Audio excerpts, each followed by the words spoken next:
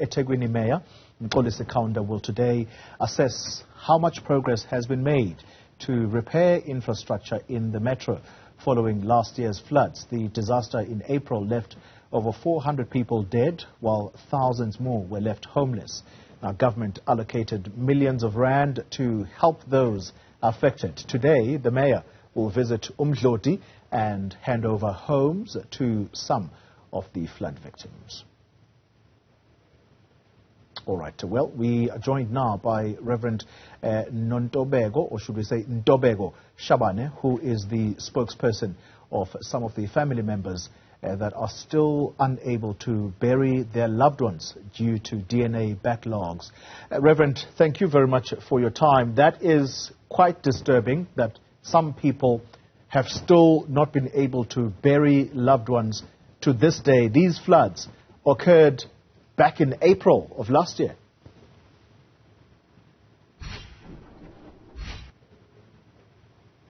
I think you may be muted, Reverend.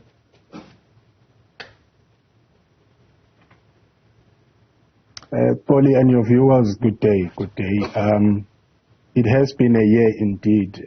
This day last year, we didn't know that in the early hours of the 12th, we'll be pulling out some of our neighbors who had unfortunately passed away from a muddy slide.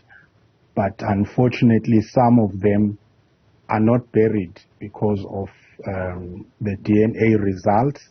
Whereas it's not necessarily that, it's just that the state is not assisting us in a way that we would like to be assisted, that will be satisfactory to us to bury our loved ones. Reverend, we know that when a loved one has not been laid to rest in accordance with our customs and traditions, that usually takes a toll on the family members concerned. How would you say these families have been coping with this reality that they are not yet able to bury their loved ones? And I'm sure many of them are probably starting to wonder just the state of their loved ones. This happened last year already. We are now sitting in April the following year. How have these families been coping? If I could just give you a background, there are 4 families involved to this.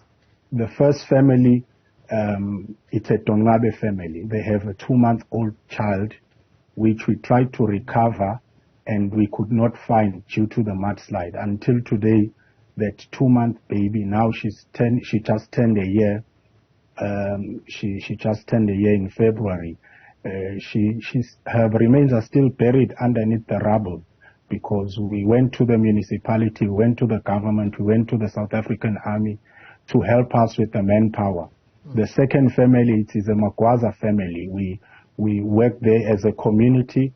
We were able to rescue a daughter of 9 years of age 3 days after the floods. Unfortunately, she had passed away. The father passed away on day 0.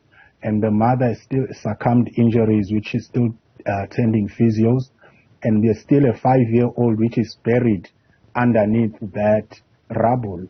In the same case, we are asking the government, the South African Army, to do the same. The third family is the uMdloti family. There are 10 members which were washed away. 6 were buried within weeks after the floods. We were able to recover 4 in the stream that the family was washed away. But they still require DNA because no one has come to claim the bodies except the families. And now that's where my understanding is distorted, that why are they asking for DNA when you know that the families have been washed off? It's like 10 meters away from the residence. Same story with Nolusapo Mhlongo, a 17-year-old whom we found on the 27th of April, 2 weeks after the floods. I was able to identify that young girl without even have met her while she was alive. When we got her remains from the riverbank, I was able to recognize her from the pictures they sent me, though the body was beyond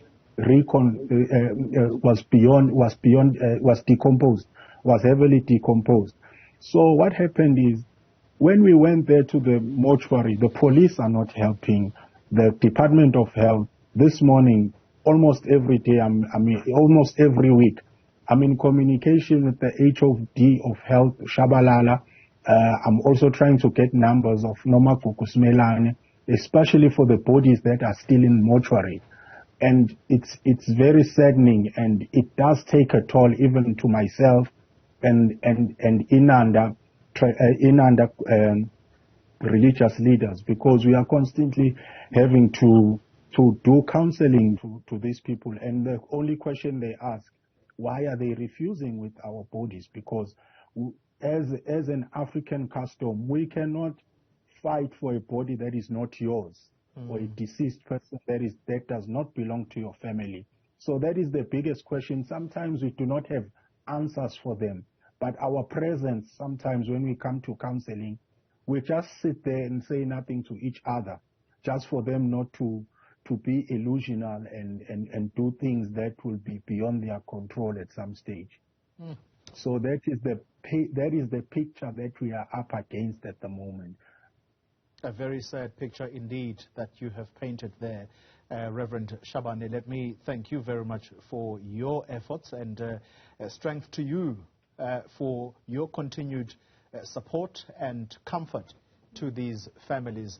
Thank you very much. Hopefully the authorities are listening, and we are going to have to also try and help you with those efforts and try and get some answers from the authorities in KwaZulu-Natal, particularly from the health department, as to what the next steps should be. These 4 families do need to get closure, because that's what people want at the end of the day, closure.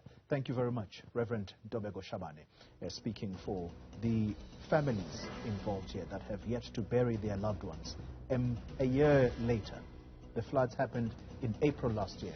We're sitting in April 2023.